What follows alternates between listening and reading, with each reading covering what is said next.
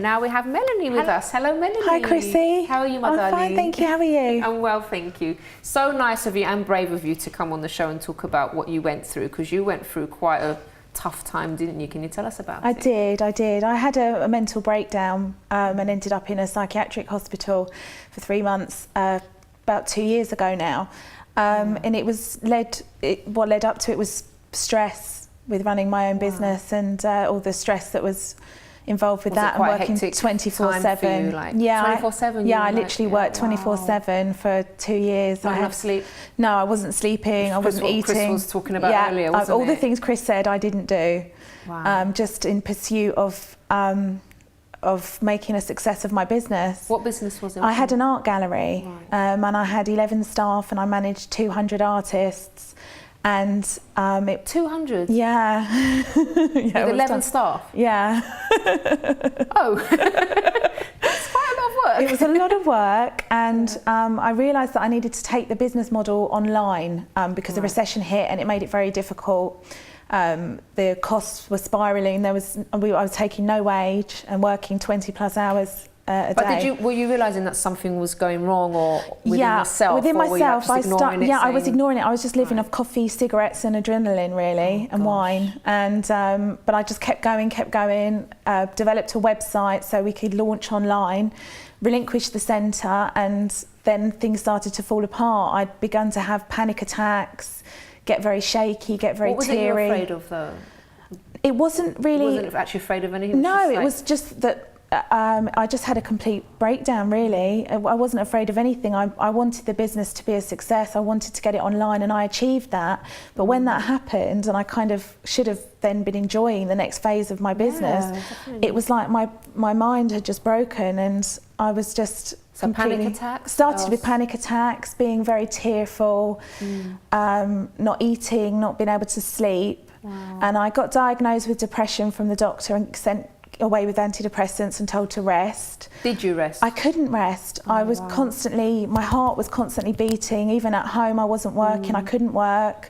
My veins in my head would throb, and I'd get like a lump that would bulge in my head. Oh, gosh. And couldn't sleep, couldn't rest. I kind of was having really strange thoughts. Like I would watch the telly, and I couldn't really watch the telly because I thought that thoughts were being implanted in my mind somehow, and it was. So you got a bit paranoid as extremely paranoid, yeah. And this went on for 7 months. Gosh. And it's a nightmare. It was a living nightmare. It was so scary. It was such a frightening time, and I just didn't know what was wrong with me, and I didn't think I'd ever get better, and I was frightened about being locked up and sent away. And in the end, I took an overdose because I couldn't cope anymore. And then, because I took the overdose, I got sent to a secure psychiatric hospital. So what you feared on the suicide? most Yeah, happened. I was put on suicide watch, and I ended up staying there for 3 months. Oh gosh. So it was a very harrowing If you don't time. mind me asking, how was it there? It was awful. Yeah. It was. I love the way she's smiling when she's talking about something so serious, which really proves how far you've come since through then. it. I've just used humour to deal with it, and another thing as well is I've written a book which has helped with my. It's been very therapeutic to talk about my experiences. It's not yet published, but I've finished it. Oh, brilliant. So that's helping actually sort of putting things down. And the book's actually called The Day My Brain Slipped Out My Head and Onto the Kitchen Floor. Oh, that's a brilliant title. I love that. That actually happened to me. Oh, that actually happened to me because psychosis is, which is what I had, the term psychosis, which is the name of the mental illness that I had, which is where you have like a complete break from reality and your thoughts get all jumbled, and it's a very frightening illness. But I want to help other people by raising awareness of this illness, because if I'd have been diagnosed and treated sooner, I wouldn't have hit crisis point. Yeah. But it was left and left and left, and they just said it's just depression, but it wasn't. It was psychosis. And I want so what can people do if they are if they have gone maybe to their doctor and they've just been said, okay, it's just depression? Yeah, if you say just to keep sort of pushing and saying keep pushing and ask to be tested for psychosis. Ask if it could be psychosis, because once it's diagnosed and they get the treatment right, you can make a full recovery. I've made a full recovery. Is that what happened to you? Was the treatment, the medication that you were given? Yeah, it was a mixture. It was all the help and support of my family and my friends, and being in hospital, and just things like sleeping again. In hospital I started to sleep, where I'd been missing out on that. And the medication, yeah, because it's a serious illness that needs medication, and it needs the right medication. Now, in your case, obviously, you've bounced back, and you know, it looks like you're doing brilliantly. What have you got plans now again? What happened to the business that you had? The business that I had got taken away with my business partner at the time, who thought I'd never make a full recovery. Oh. So I've come back with a new website that's kind of good for you, bigger and better. That's brilliant. And so it's bigger and better. How's it going? Flying up the searches in Google. It's called Artist Info. It's an online art gallery, and I represent 600 artists from 30 countries. Wow. So in a year, okay, I'm going to ask this, as I'm sure that the viewers are thinking the same thing now, have got the same question.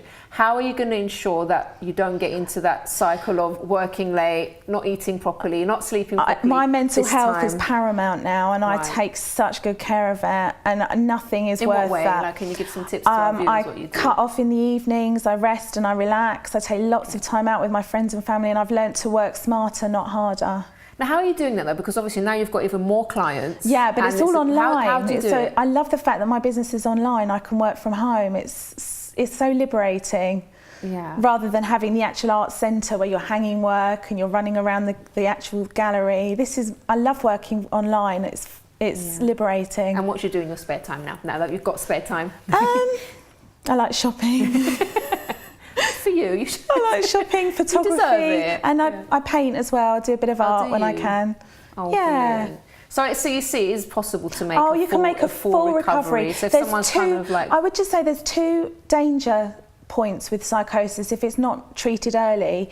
One is that it can lead to schizophrenia if it's not caught early, and the other is it can lead to suicide, as it almost did in my case. So they're two very real dangers if it's left untreated. So that's why I want to raise awareness so people can catch it early and make a full recovery. And if I can save just one life by raising awareness of it, then in my experience would have been worth it.